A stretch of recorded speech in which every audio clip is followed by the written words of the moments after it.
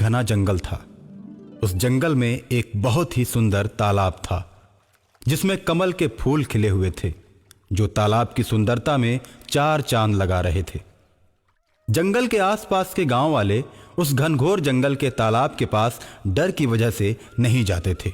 लोग कहते थे कि उस तालाब में परियां स्नान करने के साथ ही साथ आपस में पानी पानी खेला करती हैं।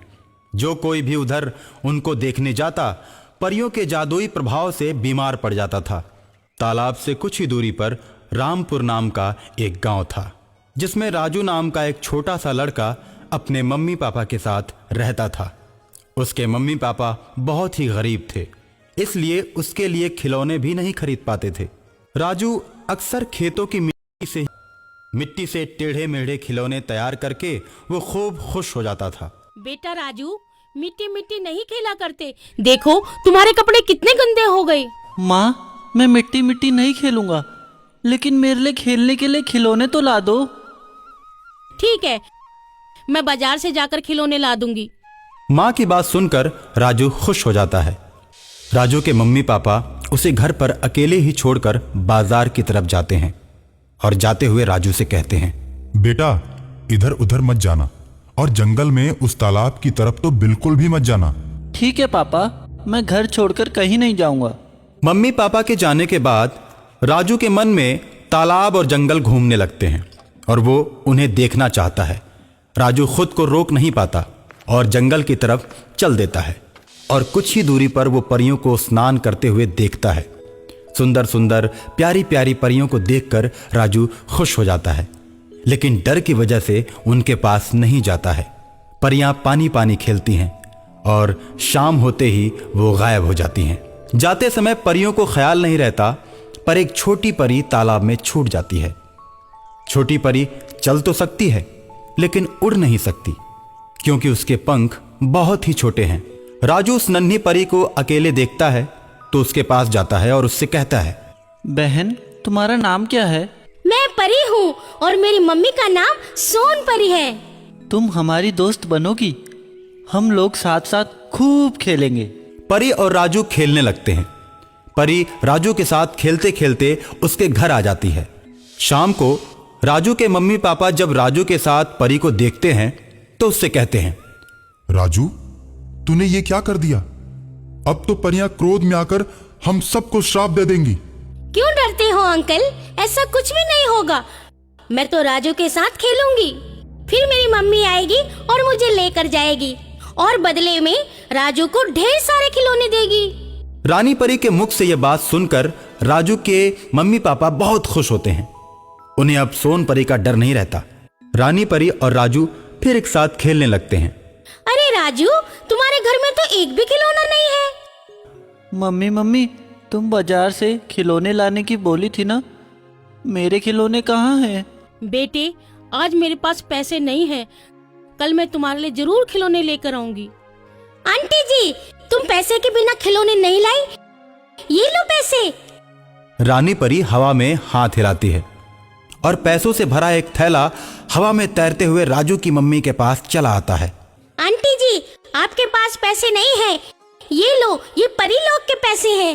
ये पैसे सोने के होते हैं, आप इन्हें बेचकर अच्छा सा घर बना लो। मेरे और राजू के लिए बहुत सारे खिलौने लेकर आओ। राजू के मम्मी पापा सोने के सिक्कों को देखकर बहुत ही खुश होते हैं और कुछ ही दिनों में सोने के सिक्कों को बेचकर बहुत बड़ा घर बनवा लेते हैं। और उसके बाद राजू के मम्मी पापा अपने गांव में सबसे ज्यादा अमीर हो जाते हैं।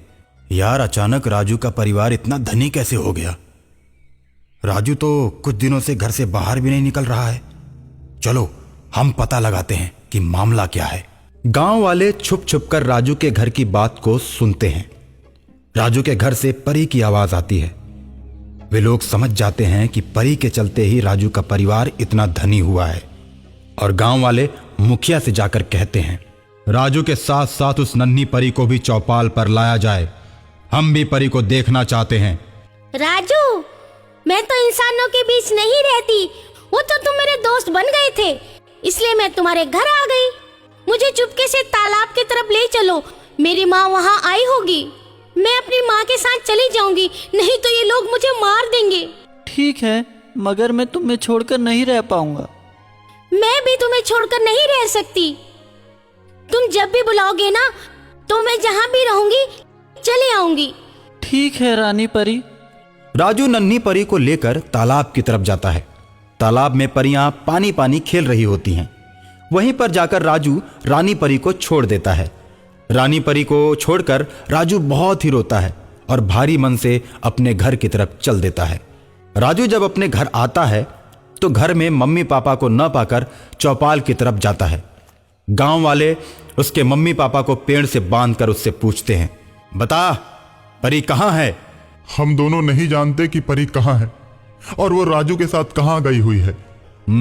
ठीक है, जब तक राजू परी को लेकर नहीं आ जाता हम लोग इंतजार करेंगे और जैसे ही वे दोनों आएंगे तुम लोगों को खोल दिया जाएगा। राजू चौपाल पर आता है और अपने मम्मी पापा को बंधा हुआ देखकर मुखिया से कहता है, प्रधान जी, आपने मेरे मम्मी पापा को क्यों बांधा है? ये तो बहुत गलत बात है। उन्होंने कौन सा अपराध किया है? क्या आपके गांव में गरीब का अमीर हो जाना अपराध माना जाता है? अरे ये तो बहुत बोलता है, इसे भी बांध दो। गांव वाले राजू को उसके मम्मी पापा के साथ बांध देते हैं। राजू संकट में पड़कर रानी परी को याद करता है। मम्मी, मेरा दोस्त संकट में पड़ा हुआ है, उसकी मदद करो ना। रानी परी की बात सुनकर सोन परी अपनी सहेलियों के साथ चौपाल पर आ जाती है और मुखिया सहित पूरे गांव वालों को जादुई छड़ी से बांध देती है। राजू और उसके मम्मी पापा को आजाद कर देती है। गांव वाले राजू से माफी मांगने लगते हैं और कहते हैं कि दोबारा ऐसी गलती नहीं करेंगे। राजू सोन परी से कहकर गांव वालों को छुड़ा देता है।